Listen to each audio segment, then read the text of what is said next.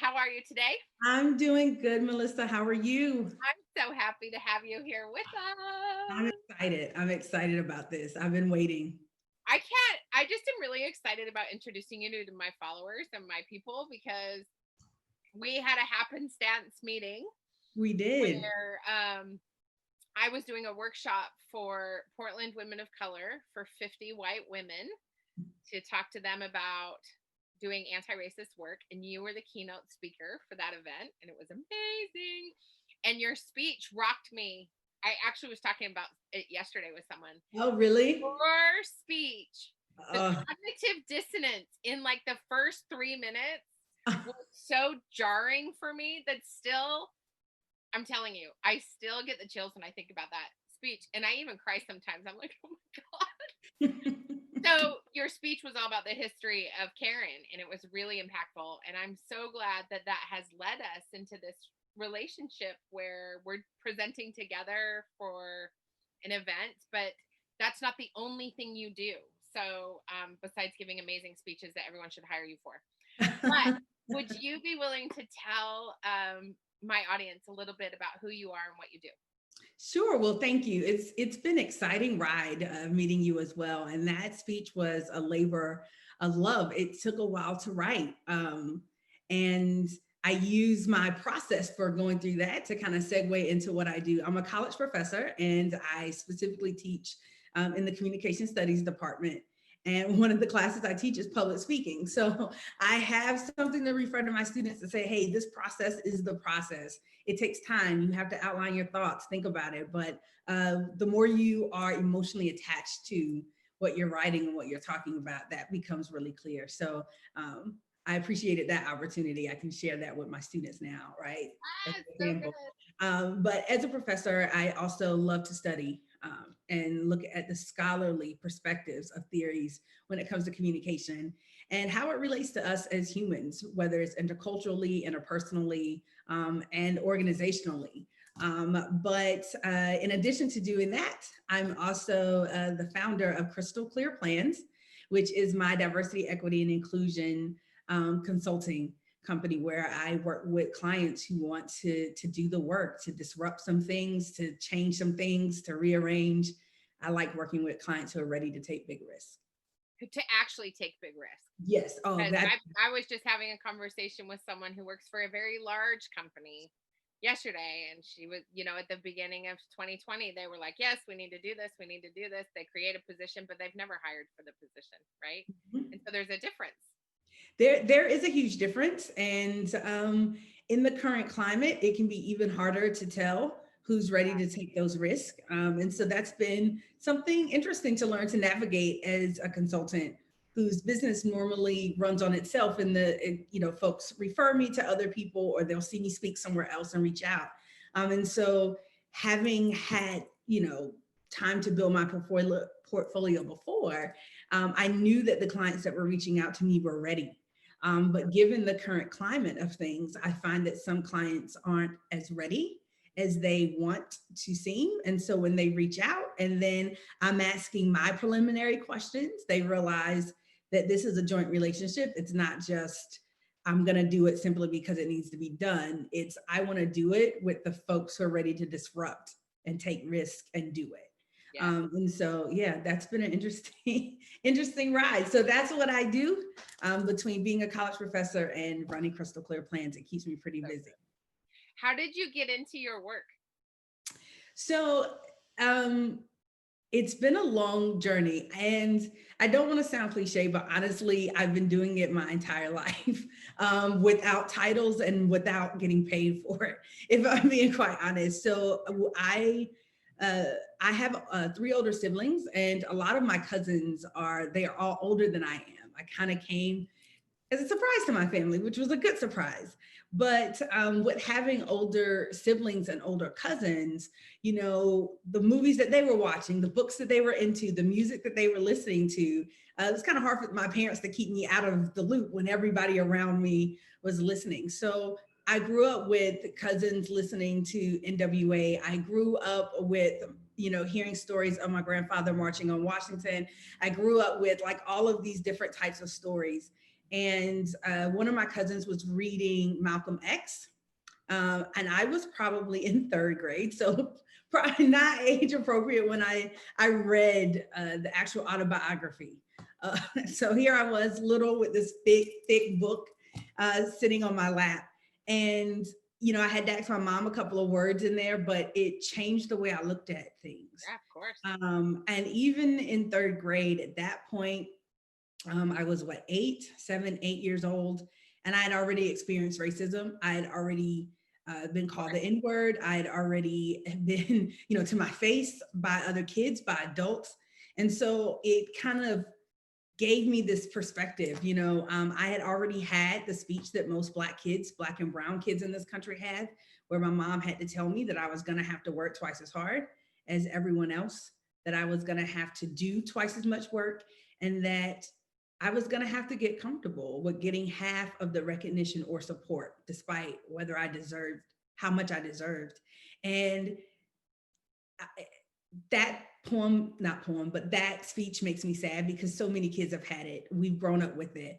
And to a certain degree, it snatches away a part of your childhood that you never get back. At that moment, you realize that things are different. So me wanting to fight to make sure that people were being heard and seen and valued just came out of feeling like I was going to be in spaces where I wasn't. So I had to learn how to fight at a very young age to make sure that I didn't get overlooked. So that fight just kind of continued everywhere I went. So even in college, I switched majors a few times, but I realized all of them had to do with justice or understanding people. So whether it was anthropology or finally settling on social economic justice and communication. And basically that kind of went into my work. My work became activism, protesting in college, signing petitions, chaining myself to things, right? All of those things. I love chaining myself to things. I remember once chaining myself in New Orleans doing a protest where they were trying to tear down one of the churches that had been there for hundreds of years, that still had some of the original slave pews. And it was right after Hurricane Katrina. So basically they were trying to take advantage of the situation. And ironically enough, Donald Trump was one of the bidders on the land at the time. So little did I know, a full circle moment of protest, of revolving the same person. But needless to say, I remember being scared that it was going to be on the news. And I was like, oh my gosh, my mom and my grandma and my dad are going to see this. Yeah. I was like, either I'm going to get arrested or, I'm going to get in trouble. But at the end of the day, the activism kept going. And then I got a job after college, and I kind of lost that.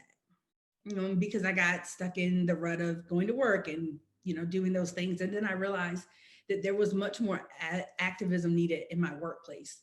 So it really started with making sure that everyone was treated fairly in the position. The clients we were working with, are people being sensitive to their needs?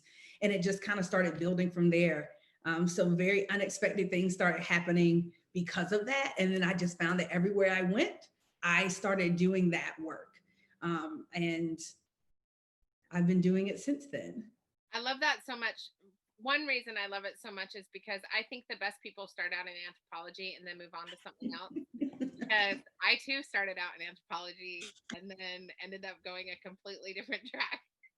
So that's kind of funny that that's another thing that we really have in common, is that start in anthropology. Like, it's so funny. Yes. But one of the things I really wanted to talk about is why is now a good time to raise hell. But I think for people like you and I, who have literally been protesting since we were like 17, right? Like that was when I got my start protesting early on. And, for those of us where it's in our blood, I think sometimes we forget that even though people want to engage, it's not in their blood. Mm-hmm. So why do you think now is a good time to raise some hell? For people who are kind of like, I know this is the right thing to do, but mm-hmm. I don't know how. Okay. So I think to answer that question, I'm going to kick off with, when has there ever been a time in history that we shouldn't have been raising hell? There has never been a time in history that we should not have been raising hell. So quite simply put, the reason why we should be raising hell now is that there are things to raise hell about. And until there are things that don't need to be raised hell about, there will always be hell to be raised. So I would say that to start. But from a more specific perspective, like where do I start? Where do I go from here? We have a connectivity as global citizens that transcends political parties. It transcends geography with the use of technology. And I think that we are finding that there are issues and problems and oppressive systems all over this world that can be torn down and that need to be. And that there are far more of us who are tired of them. I think that's the other thing, is that we've hit a tipping point where folks are just tired of these oppressive metrics and systems that exist and the perpetuation of them. You know, the promise that things are going to get better, and then we only get incremental change, if that. And then we're supposed to accept incremental change as a stepping stone in the right direction, but more importantly, as almost like hush money, right? Oh, well, we gave you this thing, so you should just be happy with it. And my response to that is, I am happy with it, and now I am not happy that that's all. So I'm going to keep raising hell until I get it all. And so I think that our global connectivity is really making it more possible for us to raise hell loud enough to start tearing things down. You know, I think we don't want to just jolt things. We don't want to just bring awareness. We want things to go. And the only way to make some of these systems just go away is that we've got to raise hell about them and not let up. If you don't know where to start, where to be a disruptor, how to raise hell, I think the first thing that you need to do is really discover what your lane of disruption is going to be, right? Not everybody has the same lane. Not everybody has the same lane. Not everybody has the same job in this. Not everyone is going to play the same role. And I think the first thing you have to do is, one, be honest with yourself. Where is your innate passion lying? Like, where in the pits of you is it coming up? If it's to help the LGBTQIA plus community, if it's fighting for women's rights, if it's anti-racism, if it's specifically anti-Blackness within racism, right? Like, if it has to do with religious freedom, if it has to do with ability or disability, like all of these things, right? Economic impact, the global environment, you know, global warming, whatever it is, find your lane. The key here is, do not feel guilty for picking a lane. Yes! Say it for the people in the back, Crystal. So I will repeat again. Do not feel guilty for picking a lane. Okay? You! You can't feel guilty for picking a lane. Yeah, you said that, because I get so tired of, and I heard this a lot from younger feminists. Bless you. I'm so glad you're in the world. But this message in 2016 after the election was exactly what you are addressing. Well, if you care, you have to care about the environment and the women and the Black people and all the people and all the aging people and the disability people and other things. And you know what? I know that as a 46-year-old grown-ass woman. You know what that means? Burn out. Exactly. Oh, sorry. I did not mean to like totally tear into. Oh, no, you're fine. You're fine. You're fine. Oh, important. So, and tell the people why. I mean, everybody knows why I think it's important to pick your own damn lane, but why, from your work and your life experience, is that critical to not feel guilty? You can't feel guilty because we are not, as humans, equipped with infinite amount of energy and bandwidth to do everything. We still have lives that need to be lived and that we need to enjoy. I think also, coming from a mental health perspective, you need balance. This journey, this road that you put yourself on and you're fighting like hell to the end of it, is not going to be easy. There are going to be days that you are going to be drugged through the mud emotionally and sometimes, unfortunately, physically.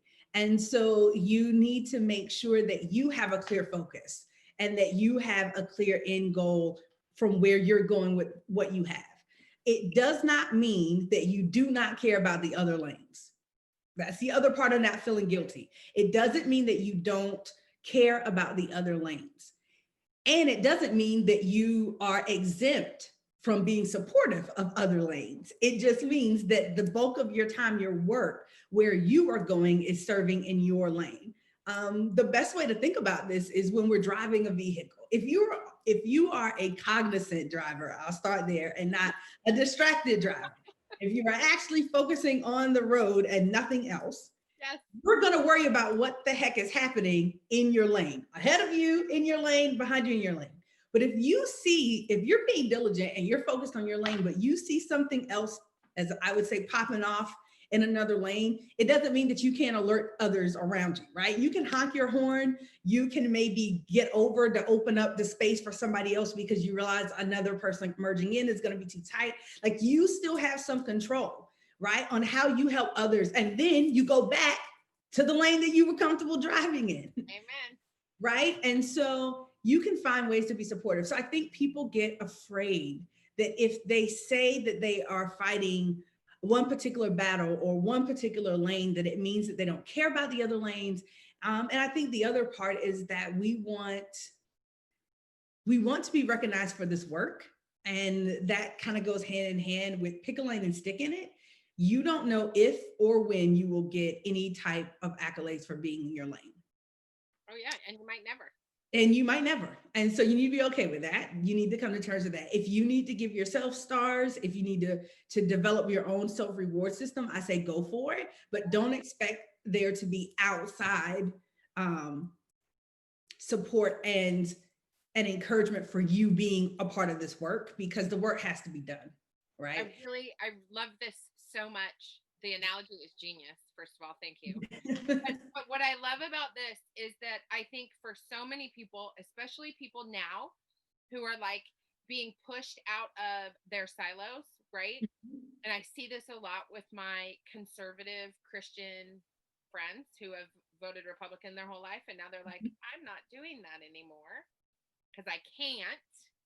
And but they get shamed from their own communities for pushing out of the silo, and then they get shamed by the progressive community, which is not progressive, because they don't fit inside all the perfect boxes, right? And they're not doing enough, and it's too late.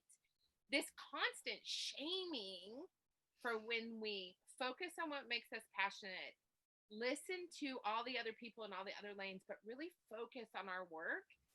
That shaming, I think, is the piece that really stops people from being like, okay, I want to raise some hell.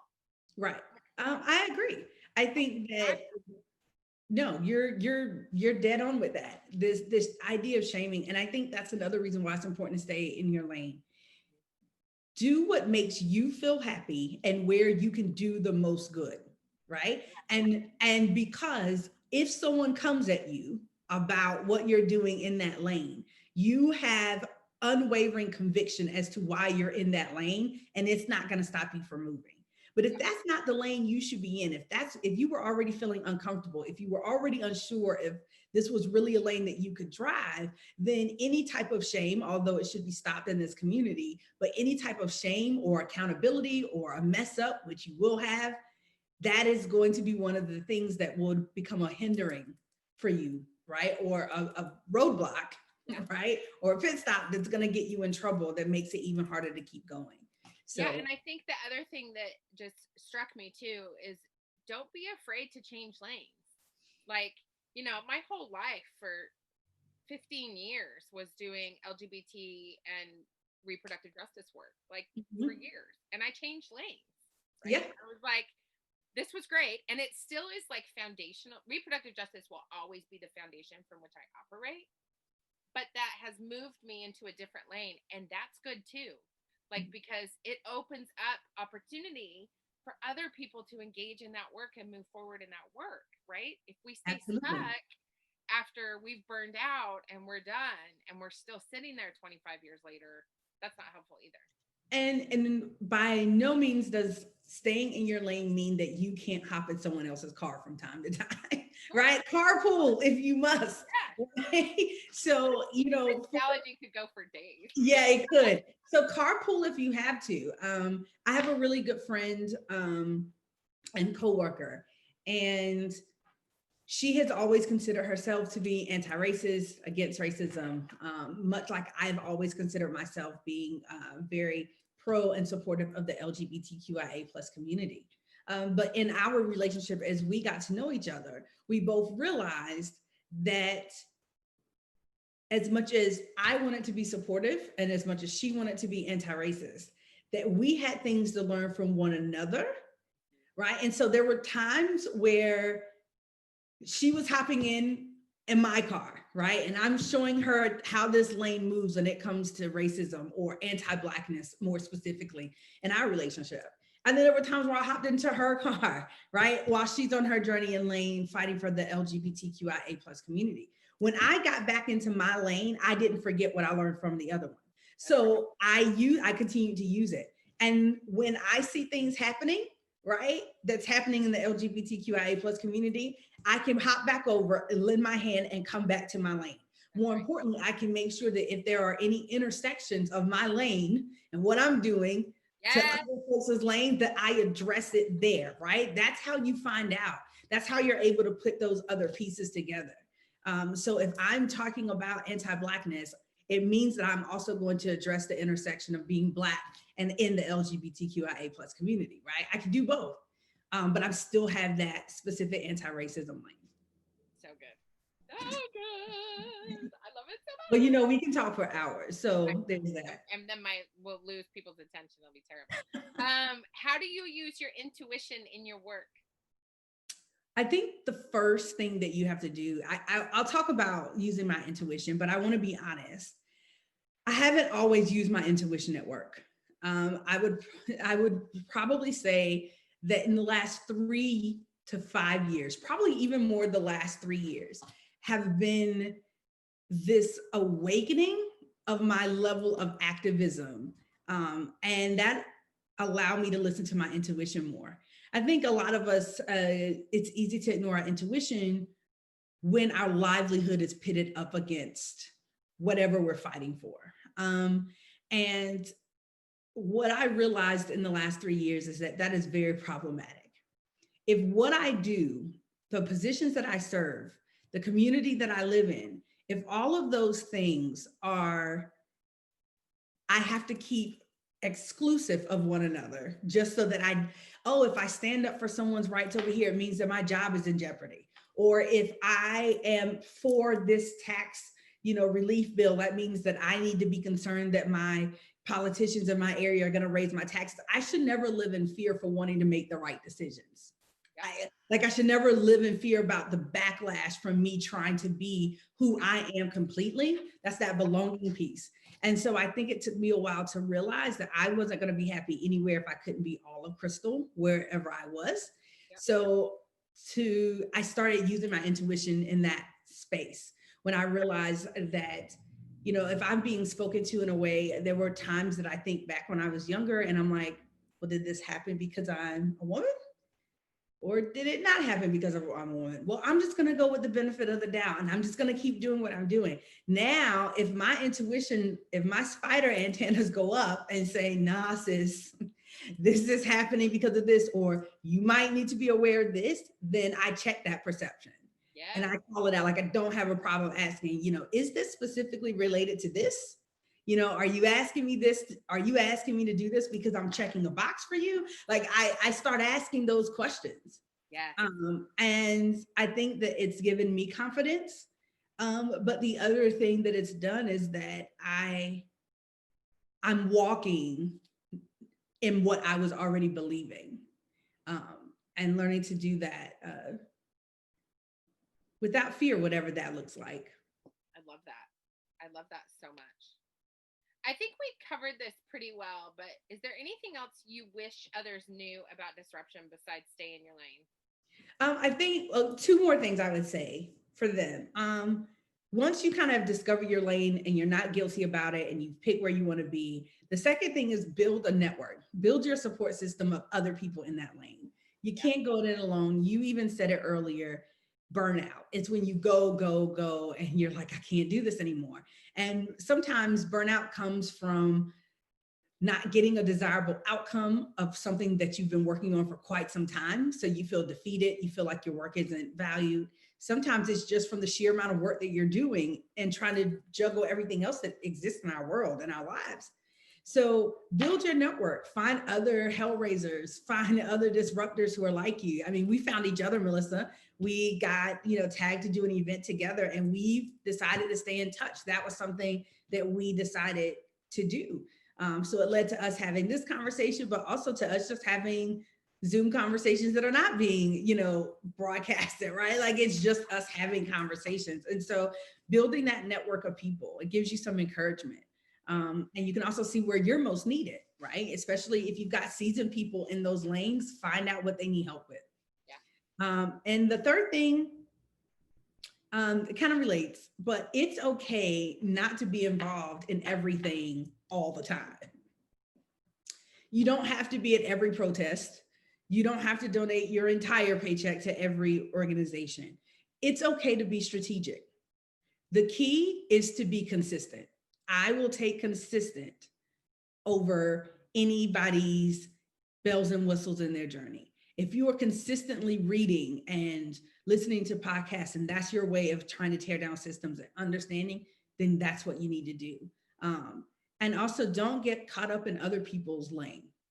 Some folks are going to create eloquent stories and notes and post on social media. If that's not you, that's okay. It doesn't mean that your work is that you're doing less. Someone else might be going out to protest, or maybe you're unable to protest. It doesn't mean that you're doing less because you're not protesting. So just find what that is and just know that that is contributing. Yeah. And do it consistently. I love that. Consistency is so key. Yeah. So show up consistently, but you do not have to do all the things all the time. You don't have to do all the things all the time. We don't want only half of you. Being a disruptor takes some energy. So, take a nap.